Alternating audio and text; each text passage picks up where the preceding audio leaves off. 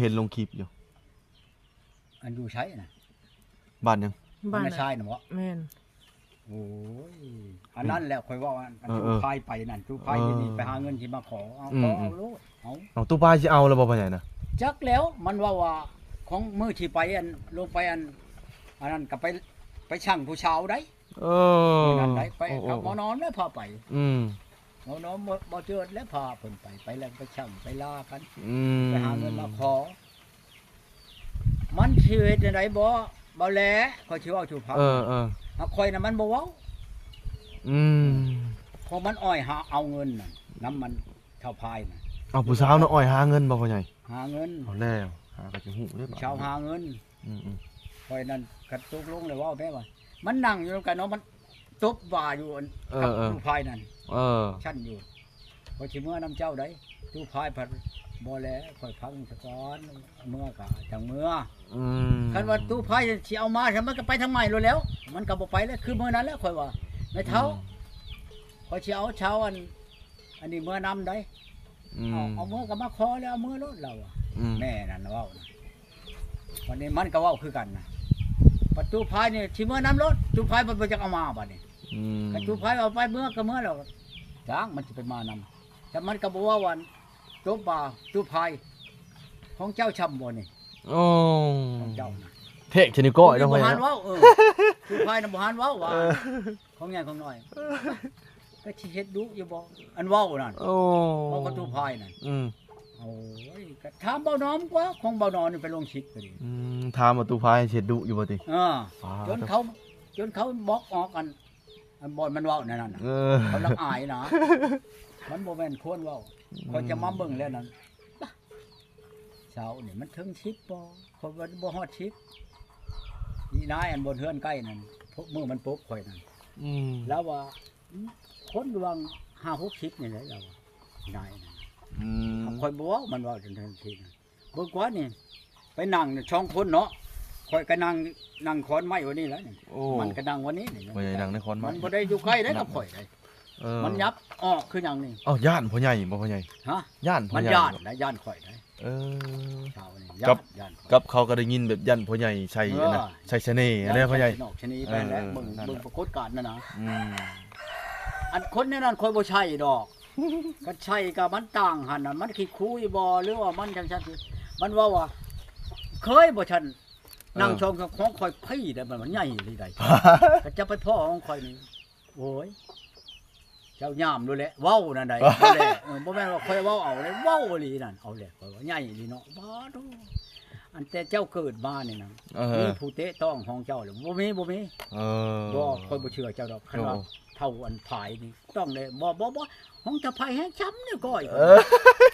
เห็นได้ย่อนั่นนะเห็นได้เจ้าจังเห็นกันว่าเราบ่ได้เห็นเจ้าข่อยเห็นบัดเราเหี่ยวบ่ได้เห็นบัดเหี่ยวอีกเห็นบัดเวลาเท่าผายเหี่ยวบ่ว่าเจ้าชั่วได้กระจำกับเท่าพายนี่บ่ได้เฮ็ดเจ้านั่นเขาสิกินหัวน้ำบ่แต่เจ้าบ่รับรองอยู่กับอันเท่าพายนี่นะบ่เขาบ่ได้เฮ็ดเลยได้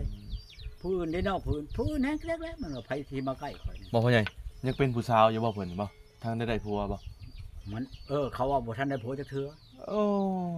มันบ่ยังสดยังอยู่เนาะพ่อใหญ่เนาะคนก็บ่สิได้ไปได้ธรรมดาบ้านเมืองอยู่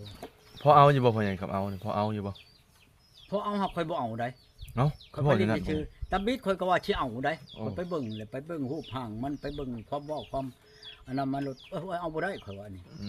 ก็เลยอย่าเลยคนบ่มีศีลมีธรรมบ่พ่อใหญ่หรือว่าจังได๋ฮะคนบ่มีศีลธรรมบ่หรือว่าคนบ่มีศีลธรรมเว้าอย่าว่านั่นได้ก็เว้าแบบเดียวกันกับอีนายบ้านหนองแคนอีนายหนองแคนมานี่เอ้ามุ้งคือข้างแล้วว่ะเอาข้างมันเบิดทันจะเป็นยังบ่ชื่อใช่โอ้ยมันบ่ทันได้จำเป็นว่าสิชื่อใช้ก็เจ้าจักชื่อแล้วปะนี่ใช่อยู่สิคักเลยเนาะพ่อใหญ่เนาะคือกันกับมื้อบ่คักแล้วพ่อใหญ่บ่เฮ็ดพ่อใหญ่เนี่ยนี่เพิ่นใส่ไม้เนาะคักอันนั้นไม้ขยุงกูจักไม้ยุงข่อยว่าจะไปเอาต่อไปยุงในเฮือนเพิ่นนี่แหละเฮือนอีนายบ้านแคนอยากได้3แสนข่อยว่าสิไปเอา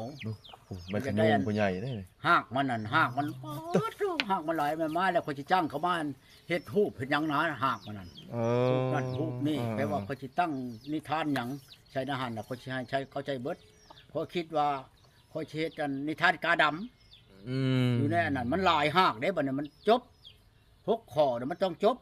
มาโยงชำนั้นน่ะเขาสิคิดว่านั่นน่ะไปเวลากาดำน่ะไปลิ้นนางรุ่นนี้นั่นนี่เขาสิจ้างนี่นะอาจารย์ล้นแล้วผู้เฮ็ดรูปเป็นนี่วันเฮาเมานี่เขาสิไปตั้งอยู่นี้บัดนี้แม่นบ่เฮาพอกศอกพอกสีมันข้างในตั้งอยู่นี่น่ะเวลาคนมาอะไรให้เขาเบิ่งอันนี้นิทานนั้นนิทานนี้ข่อยว่าให้เขาเบิ่งให้มันครบเบิดโลดนี่โอ้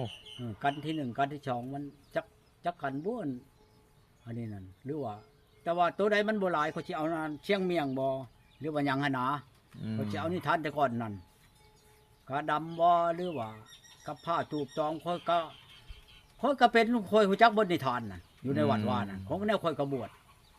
ปีนั้นค่อยบวชนี่ค่อยบวช9 ปีแต่ว่าหักค่อยบ่จื้อค่อยจื้อแต่ว่าตอนค่อยอ่านนั้นกระดำเท่ากระดำนี่นะอันนั้นฮักปีนั้นน่ะอันฮอดธรรมาสนั่นฮักค่อยขึ้นประเทศอยู่นั่นอันมูนนั่นชุมไม่ออกนะอันเทศนั่นเทศโทรโคงมูนเขาออกชุมไม่ออกแล้ววันเขาตกแตกคนใจคืออยู่ถึงเลยเนาะไม่ออกพอออกมาอยู่ทั้งรูมมันคือว่าวันนี้แล้วนี่พลาดคนจักไปเห็นได้ก็บ่เมื่อชาวพวกนั่นกินนั่นเช้าอันนั่นเขาฮอดธรรมาสมันหลุดงูไปหลุดโยบุญแล้วว่ามันบ่ทับมันไม่ออกนั่นลงเลยโอ้ยจะมาหัวว่าฉันหัวแล้วมันบ่เจ็บว่ะค่อยเจ็บนั่นบ่เจ้าให้สิได้ไปเอาค่อยไปห้องหมอจังได้ขึ้นไปอ่านอยู่ในห้านนั้นอันนั้นแหละห้านในบ้านนั่นมื้อนั้นบัดเฮาอันนั้นเฮาธรรมาสฮักนั่นก็จะบักคนนั่นก็โยที่มีบางชั่วโมงจังได้เทศใหม่อีกนะโยมันก็ชาติที่ผู้นี้ตอกแต่เช้า12 โมงกลางคืนจังได้เลิกจังได้เบิดนิทานนั่นคือกูมื้อนี่โอ้ยบ่ได้ประมาทเนี่ยครูดอก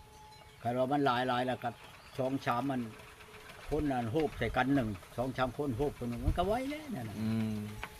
เรื่องว่าเทศกันฉูดกันเทศกันนั่นอันนี้ปีใหม่อันเฮาอันเทศเข้าฉากนี่แปลว่าเทศหาอันสมมุติว่าเขามาจกฉลากน่ะเขาก็จะรู้จักว่ามันคิดถึกตกหยังในปีนั้นน่ะนะชั้นใดแล้วคนได้เสียเคราะห์บูชาก็มีไดเรื่องเทศอันนี้ไดเทศฮอกเข้าฉากความประดิษฐ์ถึกมันล่มมันหลวงมันหลายอันนั่นแหละมันถึงข้อนั่นเจ้ามันตกข้อนั่นแหละมันบ่ดีในครอบครัวเลยต้องได้เชียร์เคาะแต่งแก้ไดเรื่องเทศอันนี้เชียงวัฒนาอะไรไดอันเข้าฉากเข้าประดับดินนี่ธรรมดาอยู่เข้าฉากนี่เพื่อนละกันคือว่าเจ้าจะเชียงแม่นบ่เจ้ามีเมียผู้นั้นก็มีผัวคนละอันนั้นน่ะบัดนี้เจ้าก็กันนึงเมียกันนึงมันสิเป็นอะไรกันเมียกับกันผัวกันนี่ไดแล้วเทศมันมีไดอันนิทานตัวนี้มันบอนมันตกลุ่มตกพลอยตกอันนั้นก็เจ้าก็ได้แต่งแก้บูชาได้ครอบครัวเจ้าแล้วในนั้นได้เรื่องเห็ดอันนี้นะแล้วคนถึงชนกชำบายแม่นบ่คือเท่ากระดำนี่ก็อันเอานางรุ่นที่นี่เท่ากระดำนี่นางรุ่นนี้นั่นเท่ากระดำนี่นั่นอันอีนายนั่นไปโพดเท่ากระดำนี่นั่นเท่ากระดำคือโพดได้บ่แม่นว่าอันนั้นได้แล้วไปอันไล่อันนั้นแหละไม่ยานะเดี๋ยวนี้หันเด้อว่าขดองของข่อยเงินคำแก้วชามบวกควายนอนน้อยหลายไปได้ชามบวกควายอันให้มันเต็มเงินกับคำน่ะเงินคำแก้วชามบวกควายนอนช่างและบ้าอันเวลาแห่อันเท่ากระดำไปหานางรุ่นนั่นกันช่างและบ้าช่องเข่าแขกแข้งกล้วยและอ้อยช่องขอบแขกขอบทางผู้กล้วยอ้อยนี่ตั้งแต่เฮือนนางรุ่นนี่จนฮอดอันตูบเท่ากระดำในหยาบผมรู้หันแล้วก็บ่ได้วนบ่ได้ไว้ของแนวเพิ่นมีอันนั้นอยู่มีฤทธิ์เดชอยู่นะเล่านั่นเท่ากระดำบ้านนี้เราหญ้านั่นสิตายแล้วอุกจะยันพญาขาเฮ็ดถอนลูกเอ้ยวันสิฮอดมื้อฮอดยามมื้ออื่นมื้อฮื้อนี่โอ้ยสิยากพญาหญ้าเอ้ยมื้อฮอดมื้อมันมื้อเช้าเจ้าจังเบิ่งว่าซั่นน่ะผัว ขัวจะพานคำจะพานทองผู้ใดแต่เฮือนเท่ากระดำนี่จนฮอดเฮือนนั้นนางรุ่นผู้ใดตวมื้อเช้ามาแล้วกันย่าลูกไปนึ่งเข้านั้นก็ยักมาก็บ่ให้มาอยากเฮ็ดก็บ่ยากว่าแต่ว่าบ่ยากโลดนะของแนวคนมีฤทธิ์เดชเนาะมื้อเช้ามาติบเข้าติบจักมันมาแต่ใส่ติบบ่เถื่อนมีแต่ติบเข้าของกินก็เฮ็ดแล้วว่าแหละเครื่องติบมาคอยตั้งแต่อันตูบหญ้านี่ไปหาเฮือนพญานั่นกกกล้วยกกอ้อยนั่นยายไปจะพานเงินกับจะพานทองกับแต่เฮือนจนฮอดพุ่นแหละฮอดเฮือนพญาพุ่นแหละไปแล้วบัดเช่ามาก็ไปถูกขอต่อแขนแล้วบัดนี้เรียบบังเท่ากระดำเนาะกับนางรุ่นมันก็ลูกพญามหากษัตริย์ลูกมันก็งามแล้วเฮ้ยเนาะเฮ็ดหยังก็ดีเรียบมึงโอ้ยเท่ากระดำไปนั่งเฮียงเท่าถ้านางรุ่นนี้น่ะมันเราคืนคือผ้ากับดินนี่ปูนบัดเราทอดคาบทอดอันนั้นออกพุ่นมันงามมันสิไปว่ายังหนูนางรุ่นนี้น่ะนี่หนาเท่ากระดำจังว่ามันมีอยู่6ผูกกันอันนี้นะค่อยกระจื้อบ่ได้ค่อยอ่านอยู่เฮามันจื้อบ่ได้เป็นนิทานเป็นเรื่องแท้บ่พ่อใหญ่หรือว่าแท้แล้วบ่แม่นว่าตั้งแต่งเอาได้อันนี้กาดำบ่หนุกจอกบ่แถวชีทนมโลลาแม่นหยังนี่แม่นบัดของแท้เลยแหละแปลว่าคนตะกี้นั่นมันบ่คือเดี๋ยวนี้มันมีนิทานรู้ได้กันคนทุกข์คนยากน่ะทุกมื้อนี้นักเถื่อนคนทุกข์นั่นมีกว่าคนมีก็มีกูมื้อนี่ไดมันมีในไสมันไปหาทุกข์แล้วเถิดพ่อแต่แม่มันมาเป็นลูกเป็นเต้าหังกว่าแถวบ้านก็หลายอยู่มื้อนี่ไดอยู่ในหาเบาแล้วค่อยเว้าหาแล้วก็ประหยัดเนาะพ่อใหญ่เนาะหาแล้วประหยัดบางคนมีทุกแต่พ่อแต่แม่มาแล้วมีบางคนน่ะแต่พ่อแต่แม่มาบ่อึดบ่อยากมาเฮียบตกเป็นลูกขอทานกินก็บ่ได้อึดกูมื้อนี่เนื่องมายาเสพติดนี่ตัวนี้ผ่านคนที่ว่าอันทางมีนี่ก็หลายอันถูกนำตัวนี้นั่นเอาบ่พ่ออันเพิ่นมาพ่อแม่นบ่เจ้านายเพิ่นบัดแฮงถูกเขาอีกเป็นโทษเป็นนี่ในนั้นไดจังว่าห้ามลูกก็บ่ฟังห้ามหลานก็บ่อยู่แล้วก็แล้วแต่กันว่าสิจับลูกเขาก็บ่จับถึงพ่อก็จับแต่ผู้มันกินผู้มันเฮ็ดนั่นแหละเดี๋ยวรักษาเอาไว้เอามันคู่มือนี่น่ะบ่แม่นว่าอันชีวิตเจ้าค่อยสิรักษาให้เจ้าได้บ่มียาเลยผัวกับเมียคือกันบ่แลเลยแล้วแต่บางคนบัดผัวค้าขายอันแนวมันบ่แม่นนี่บัดถึกแต่ผัวเมียบ่ได้ถือกันว่าพร้อมพับกับกันนั่นมันบ่คือว่าเฮ็ดนาเด้อันพร้อมมันหาของอันผิดกฎหมายอันใดกันเนี่ยผิดกฎหมายนี่กันว่าพร้อมกันทั้งเมียก็ขายผัวก็ขายถึกเบิดกันพร้อมกันเฮ็ดให้เฮ็ดนาว่าฉันหาเงินหาคำนั่นได้เงิน